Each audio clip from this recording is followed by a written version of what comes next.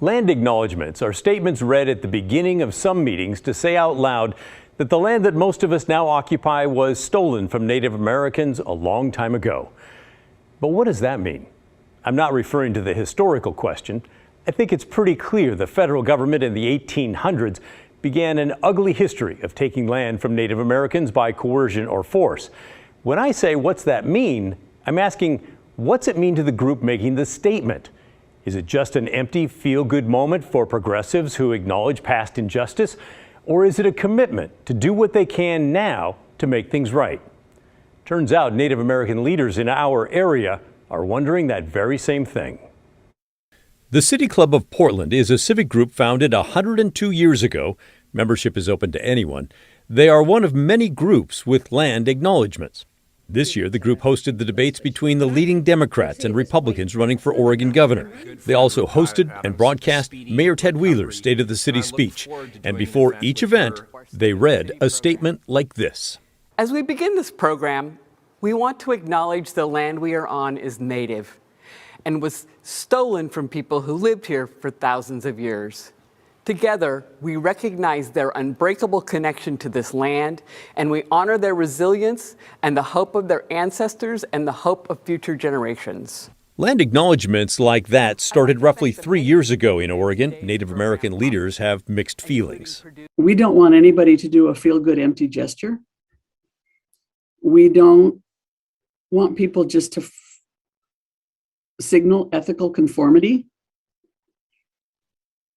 We want people to actually say something that means something to them. Whenever we're in the Longhouse or when we're in a public gathering where our people are speaking or leading, we acknowledge that this is the homeland that the Creator gave us.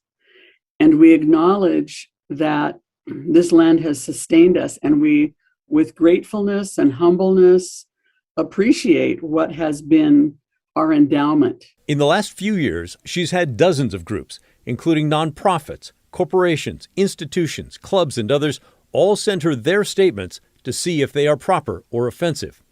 The history of land acknowledgements for non-Native Americans seems to date back to 2015 in Canada, after the Truth and Reconciliation Commission there issued a scathing report on the Indian residential school system. At the same time, Justin Trudeau was elected Prime Minister with promises to reconcile Canada with the Indigenous people. Now, many groups in Canada and America use acknowledgements. Museum Director Brian Friso said the commitment runs deeper than mere words. We have one of the great collections of Northwest Native American art in the country.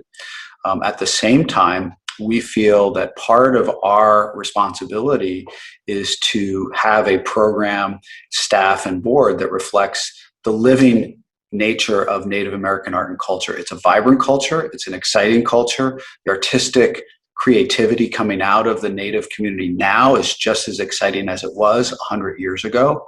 He also points out Kathleen Ash Milbury was appointed curator of Native American art in 2019, coming from the Smithsonian in New York. So she thinks about our historic collections that date back 100 years ago, but places them in context with the contemporary and vice versa. Some groups are putting action behind their statements. Others? It's hard to tell. I emailed the Portland City Club multiple times to ask what actions they're taking in addition to their words, and did not hear back from them.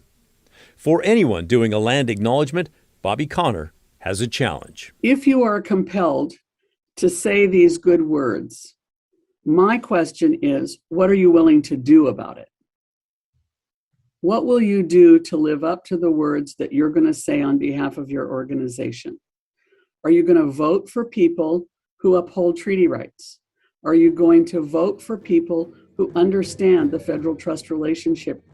Are you going to vote for officials who have good working relationships with tribal and other peoples? Are you going to vote for things that help us all take better care of the planet?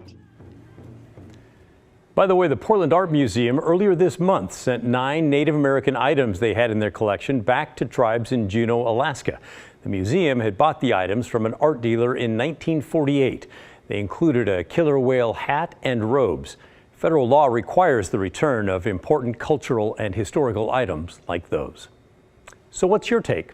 What do you think about all that? Have you seen other examples of land acknowledgements? Let me know. Do you think they're a good idea or a bad idea and a waste of time? Let me know about those too. I'd love to hear your thoughts.